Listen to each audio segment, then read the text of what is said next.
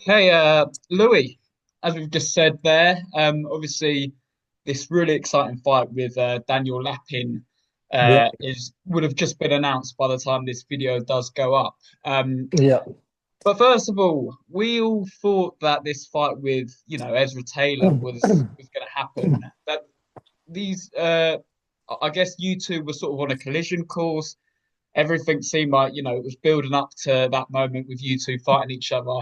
Um, so a lot has yeah. changed, in the past, I guess, 2 to 3 weeks. How's your life sort of been during that time? Because I can imagine it's been, a bit hectic. I mean, this boxing game, as everybody knows, nothing's ever given and nothing's ever promised, and it's up and down all the time, and things change. And yeah, so I was fully aware that I was going to be boxing Ezra Taylor in July. Um, I thought it would either be on Wembley on the Dubai USIC, or it would have been on the 26th of July on the Ryan Garner versus Belotti card in Bournemouth. Um, so yeah, for whatever reason or not, we got Ezra Taylor wasn't ready. I don't know whether I don't know if he sustained an injury, but I did ask him after the fight when I was face to face with him, do you have any injuries? Are you ready to go in July like planned? He said, yeah, I am. Yeah, I am. No injuries. I asked him 3 times, do you have any injuries? No, no, no. Okay then, no excuses. Um, but yeah, for whatever reason or not, I don't know. I think maybe he had a rewatch of his fight with Troy Jones, and he's not stupid. His team's not stupid, and I think maybe they know they've got to go back to the drawing board and they've got some stuff to work on. So for whatever reason or not, Ezra Taylor said he wouldn't be ready for July. The British Boxing Board sent out an email saying the fight. He's my mandatory challenger for the British title, and that has to be done by October. Um, but yeah, we was meant to fight July, so I can't really count on him for anything. And we just have to see what goes really. But at the minute, yeah, the Daniel Lapin opportunity come up for the IBF and WBA Intercontinental. I do believe them two belts on the line. I do believe he holds both of them belts. Um, and yeah, a lot of people turning that opportunity down. I had a lot of British UK names are turning it down. I'm not going into the names, but I do know some good solid names of turning that fight down. He's a good fighter. He's Ukrainian. He's 6'6". He's had a lot of amateur fights. But I'm in boxing for these big fights. I've been crying out for the big fights ever since I started this game. And I think we need more of that in the British boxing. We need big fights. We need 50-50 fights. And that's what the public want to see. People don't want to see people boxing nobodies. People want to see real fights. And that's what gets the fans interested. And that's what I'm in this sport to do. Make memorable nights, memorable stadiums, and have good fights that all the fans want to see. And yeah, that's what I'm about. So me and Daniel Lapin is fighting. Absolutely. Well, I'll come on to Lapin in a minute, but I did want to just touch on Ezra Taylor for a little bit longer because obviously we've spoken a couple of times, and that's a fight that you've always been quite keen for. Yeah. When you initially found out that it wasn't going to happen in July, because obviously I'm guessing the Lapin fight emerged quite soon after, but as far as you were concerned at the time, this fight that you were kind of gearing towards had just fallen through essentially. So when you discovered that Ezra wasn't ready for the fight, what was your reaction to that at the time? How disappointing was that? To be fair, it was disappointing as we've been preparing for him for a good while. Um, but it doesn't surprise me. It doesn't surprise me. A lot of people that know him personally, um, who I speak to about him, it doesn't surprise me. They yeah, it didn't surprise me to be fair. He obviously had that hard fight with Troy Jones, which was I thought was a lot closer than the scorecards. Um, and yeah, it doesn't surprise me at all to be fair. I think he's a lot of bark and no bite as a Taylor. Yeah, I mean, could you see that fight happening down the line? Because obviously you mentioned Lappin, and your focus is fully on him at the Yeah. minute. But you mentioned as well with your British title how you guys are going to be mandated to, or you're So going to be mandated to defend that belt before October. So how do you see that situation sort of playing out? well, yeah. So obviously, none of my belts on the line with Lappin, as he doesn't qualify to so to speak to fight for obviously the British title or the Commonwealth. So yeah, so then belts are put to the side. And yeah, so I feel like, wow, what else is he going to do really? He's mandatory to fight for the British title. He's not getting any younger. I believe he's 32 soon. What else is he going to do? He believes he's a superstar, but what else is he going to do? He's nearly 32 years old and still hasn't cemented his name in the sport with no meaningful titles. So I feel like the fight will happen because I feel like he's not got much other options. But yeah, I think for whatever reason or not, I don't know. You never know what's going on. He could be injured. He could have some issues going on behind the scenes with his team. He could think he's got to get some more preparation in. There could be anything going on. You know what this sport's like. It's a funny sport. So I do believe that fight will happen, and he's my mandatory challenger. So yeah, hopefully that fight does happen. But it's got to happen by October. So yeah, let's see. The only reason it won't happen is if he doesn't decide to, because I'll be fully fit and ready to get it on. Yeah, well, obviously, as we've mentioned there, you've got this fight with Daniel Lapin coming up, and you mentioned, this fight was offered to a lot of your British counterparts, shall we say? Yeah. And if I'm honest, I'm not surprised to learn that not many fighters were keen to take this matchup, only because, from an outside perspective, Daniel Lapin, as you mentioned there, he's a rangy, 6'6" southpaw, obviously, quite a highly touted prospect. Yeah. So, in terms of you taking this fight now, at this stage of your career, both of you putting your unbeaten records on the line, what does that sort of say about you as a fighter and where you want to be in this sport? I mean, I'm built different. I'm built different to these fighters, and it's a mentality, and that's what people are going to see. I've been calling for these big fights from the start, and I will generally fight anybody. And I think I've shown that. I think all my fights, I've only fought three people with losing records. The rest of them was 50-50 and winning records. In my fourth fight, I fought a guy that had 112, lost one in my fourth fight. I mean, there's not fighters doing that, and I believe I'm destined for the stars, and I want to prove to everyone how good I am, and I can adapt. And a lot of these fighters, they're not willing. They're not willing to put it on the line. They're not willing to risk it. They're too worried about their name and what people are going to say. But listen, we're here to try and chase greatness. And how are you ever going to know if you're not taking these risks? I was going to say with Lapin, obviously from a fan's perspective, we look at him and we see one thing, as I mentioned there, tall, rangy southpaw, almost everything that you kind of associate with being an absolute nightmare Yeah. in a fighter. From a Louis Edmondson perspective, what kind of a fighter does Daniel Lapin look like? Because obviously you're going in there with a lot of ambition. 100%. I mean, I'm there to come home with them belts, but I respect him as a fighter. He's got a lot of experience. He's obviously got a good team around him. He's in the USIC camp. Again, he's 6'6". He's southpaw. He's a good boxer. He's long. He's awkward.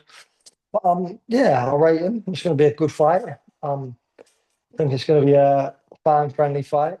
Um, there's going to be a lot of skills beyond show, and yeah, he's a good fighter. I respect him. How did this fight sort of come about? Like, when you discovered that the Ezra Taylor fight wasn't happening, how soon after did It this it fight kind of? it it was very very soon. It might have even been in the same phone call. It was yeah, it was very very soon. But I could have waited around for Ezra Taylor, but why am I waiting around for him? I'm the champion. I'm the champion. I'm the British champion. Why am I sat around waiting for him? Like, I know he's obviously got till October. So what am I going to do? Sit around waiting until October to fight Ezra Taylor? Or I'm going to be in a massive fight for more belts on a history card at Wembley Football Stadium. I'd never turn down that opportunity. I'd never turn down fighting King Kong in them circumstances. So it's a good fight. It's a tricky fight. It's a good fight for the fans, and I've always wanted these proper fights, and I just thank God that I'm finally getting these opportunities. How will you sort of approach this fight? Because obviously, I don't expect you to reveal your game plan at this stage. Obviously, you and your team, that's Yeah, that's for you guys to sort of come up with. But yeah. obviously, you mentioned there's going to be a lot of skill on display between the both of you. How do you approach this fight? Even from a mental standpoint. Yeah, I mean, he's a boxer, I'm a boxer, so yeah, it's going to be a good fight. Yeah, it's going to be a good boxing match, and anybody that knows boxing and likes boxing, it's going to be one to watch. You mentioned him also being in the Usyk camp, and not only that, but Usyk sort of come out and said in the past how Daniel Lapin is almost like his protege. Yeah, He's got a lot of belief in Daniel Lapin, and even after Usyk's career, he's mentioned sort of wanting to be around his training and kind of guide him towards those world title shots. What do you make of that sort of dynamic with Usyk? Being such a sort of big name in the sport, having that kind of belief in your opponent. yeah. I mean that's good. That's great, and that's all great. But I'm not fighting Usyk, am I? I'm fighting Daniel Lapin. So it's listen, it makes no odds. It's like obviously it's going to bring him on. Same way I've spent a lot of time with Billy Joe Saunders in camps, and he guides me. So it's yes, it brings us both on, and may the best man win. I wanted to say with Daniel Lapin and a lot of these Ukrainian fighters at the minute, it's quite clear that they're fighting for a lot more than world titles or accolades. It's that with their country being at war, that's Yeah. often the motivation for them when you hear the things that they're saying in interviews. What would you say is the main motivation for you now at this stage in your career? I mean, I'm fighting for me and my family's future. So I want to make a legacy for my town. I want to put my city on the map as known as a good boxing city. You got me and Ryan Garner flying the flag. But more to the point, I'm chasing a better future for my family. So it's me and my family. That's what I'm chasing greatness for. Obviously, in your mind, you'll be winning this fight against Daniel Lapin Yeah. in July. And after that, you mentioned that the Ezra Taylor fight being an option for you. Then a win over Daniel Lapin, surely, as you say, you've got a few ranking titles on the line. That kind of propels you on towards the world scene, if you like. Um, 100%. would you see your career sort of unfolding, with a win over Daniel Lapin? Would you still be, interested in that Ezra Taylor fight, or would you be wanting to push on to that sort of world scene? The thing is I wanted the Ezra Taylor fight before I had any British title. Before any of this, I wanted to fight him. You can look back and find interviews, and I was messaging him saying, let's get it on ages ago. So that is a fight that I do want 100%. But at the same time, we go and beat Daniel Lapp and we put on a great display. Who knows the opportunities that are going to arise? So it's one fight at a time, and then we look at the options, look at the drawing board from there. I was going to say, you mentioned Ryan Garner, and obviously you and him and a few other fighters like Royston Barney Smith. You guys are doing a lot of good things for South Coast Yeah. boxing at the minute, and obviously Ryan's headlining that card towards the end of July. Is there any disappointment that obviously you got this fight at Wembley Stadium, which is incredible opportunity, obviously, but then is there any disappointment of you sort of not appearing on that card as well? Because obviously I remember in Uh, your last fight, you got a great reception from the fans, and everyone was obviously delighted to see you fight. Is there any disappointment there at all?